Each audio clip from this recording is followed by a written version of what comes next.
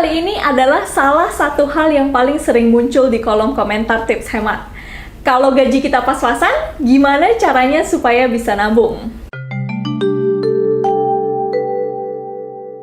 Menurut Badan Pusat Statistik, rata-rata gaji pegawai secara nasional di Indonesia yaitu 2,79 juta rupiah per bulan. Pegawai laki-laki menerima gaji rata-rata 3,05 juta rupiah, sedangkan perempuan menerima 2,33 juta rupiah per bulannya. Angka ini adalah rata-rata nasional yang diambil dari total 129 juta orang Indonesia yang bekerja secara aktif di awal tahun 2019.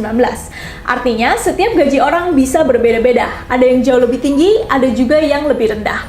Nah, sebelum kita bicara nabung, setiap orang itu punya kebutuhan mendasar, yaitu sandang, pangan, dan papan. Sandang itu pakaian, pangan itu makanan, dan papan itu tempat tinggal. Jadi, sebelum kita bicara nabung, kamu harus memastikan bahwa pendapatan kamu sekarang harus bisa mencukupi kebutuhan mendasar tersebut. Kalau pendapatan kamu bahkan belum cukup untuk memenuhi kebutuhan sandang, pangan, dan papan, langsung masuk ke tips aku yang terakhir aja. Tapi kalau saat ini kamu sudah memiliki uang yang cukup untuk kebutuhan dasar, tapi merasa punya kesulitan untuk menabung karena gajinya tergolong tipis dan pas-pasan, yuk kita langsung bahas aja tips supaya masih bisa nabung. Kalau kamu sudah sering nonton video tips hemat, aku berharap di titik ini kamu sudah mencatat semua pengeluaran kamu tiap bulannya. Karena ini adalah salah satu hal yang aku sebut hampir di semua video tips hemat. Tapi kalau belum, ini kesempatan kamu untuk mencatat semua pengeluaran kamu dan mencari tahu apa sih pengeluaran terbesar kamu tiap bulannya. Karena bisa jadi kamu dapat berhemat dengan mengurangi pengeluaran tersebut.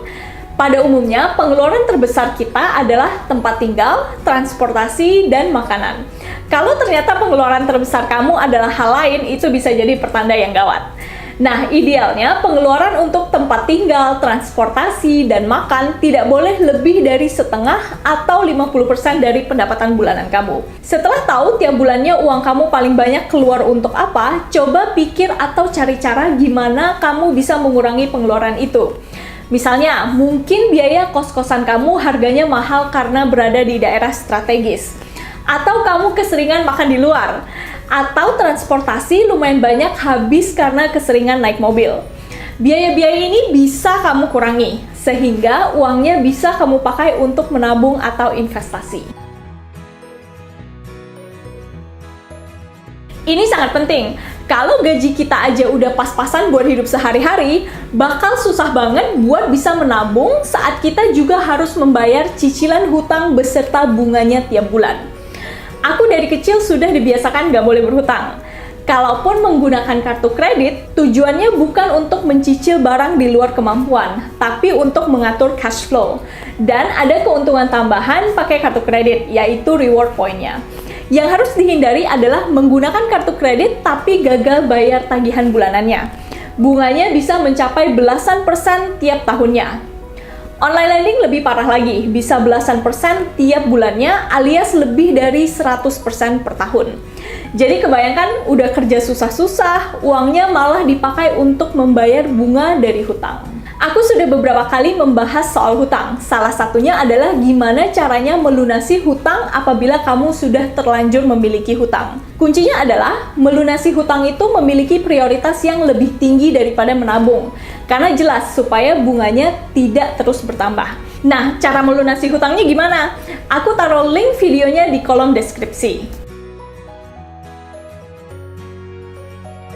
Salah satu cara agar kita tetap semangat kerja keras dan disiplin mencari uang adalah dengan istirahat atau mencari hiburan saat kita membutuhkannya. Jadi jangan salah berpikir bahwa kerja keras artinya kamu tidak boleh berlibur sama sekali. Karena dengan adanya hiburan, kita justru bisa jadi lebih fresh dan balik lagi produktivitasnya. Tapi jangan impulsif juga. Jadi kebiasaan untuk membeli hiburan. Karena kita sebetulnya punya banyak pilihan hiburan gratis. Kalau suka yang ijo-ijo dan suka aktivitas, bisa ke taman atau kalau di Jakarta ada Monas. Kalau lagi break sebentar, bisa memanfaatkan hiburan internet seperti YouTube. Aku juga suka nonton YouTube. Nggak cuma karena hiburan, tapi aku bisa menemukan banyak inspirasi dari YouTuber favorit aku. Tapi untuk yang ini agak hati-hati ya, soalnya kecanduan internet dan sosial media itu beda tipis dengan mencari hiburan di internet. Jadi harus dimanfaatkan dengan baik untuk justru bisa membuat kamu terinspirasi secara positif, bukan malah buang waktu seharian dengan nonton video yang tidak bermanfaat.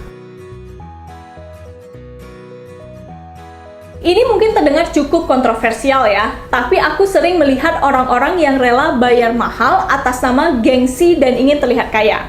Nah, apakah kamu termasuk orang yang seperti ini? Semoga enggak ya. Tapi memang ini hal umum bahwa banyak orang yang beli barang karena gengsi dan ingin terlihat kaya. Contohnya, beli motor, mobil, barang-barang bermerek.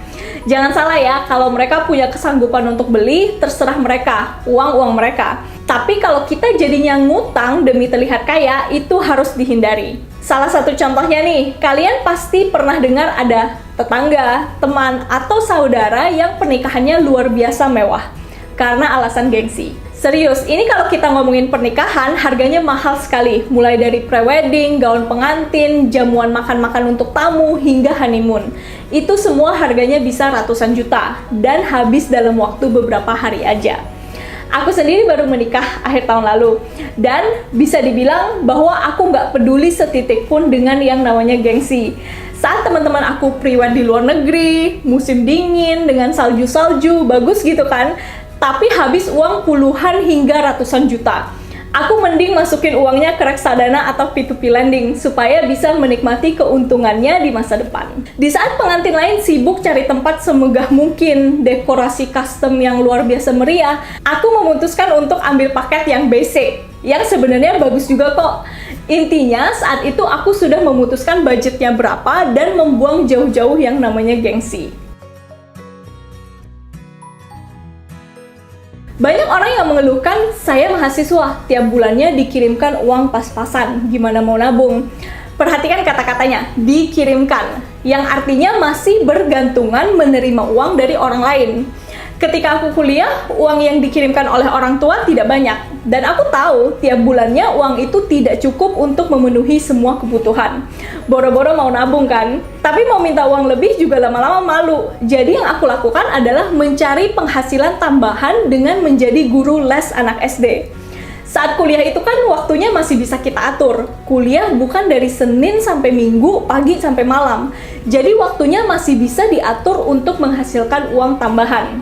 Bahkan aku masih sempat ikut organisasi di kampus, ikut kompetisi, bukan menghabiskan waktu secara cuma-cuma. Nggak cuma itu, pas lulus kuliah, gajinya berapa sih orang baru lulus? Lebih tinggi sedikit lah dari UMR.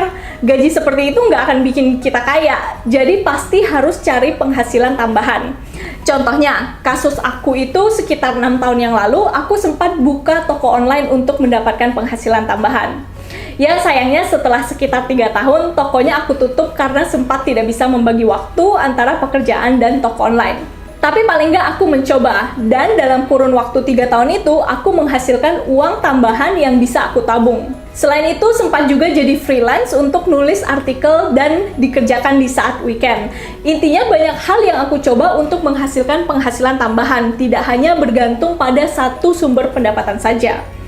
Bila gajinya pas-pasan, pertanyaannya bukanlah gimana caranya kita harus bisa berhemat, padahal gajinya nggak cukup. Tapi, gimana caranya supaya penghasilan kita bisa bertambah, jadi kita bisa menabung lebih banyak. Aku berasa kita harus selalu punya waktu untuk refleksi diri. Apakah kalau kita melakukan rutinitas yang sama terus, maka pendapatan kita bisa bertambah ke angka yang kita inginkan? Bila nggak mau, kita harus bekerja lebih keras. Dari kerja keras kita ini, pendapatan kita akan jadi lebih banyak dan kita bisa menabung lebih banyak untuk kemudian diputar lagi duitnya dengan investasi, bisnis sendiri, hingga akhirnya kita bisa mencapai target finansial kita. Itulah beberapa ide dari aku. Nah, dari kamu sendiri, ada nggak ide-ide gimana caranya supaya bisa nabung walau gaji pas-pasan? Yuk kita diskusi bareng di kolom komentar. Terima kasih ya sudah nonton video tips hemat. Bila video ini bermanfaat, jangan lupa like dan subscribe. Kami juga punya akun Instagram yaitu @tipshematofficial. Di sana aku juga membahas tentang topik dan tips finansial dan aku berharap kita juga bisa berdiskusi di sana. Jadi follow juga ya. Sampai jumpa di video tips hemat berikutnya.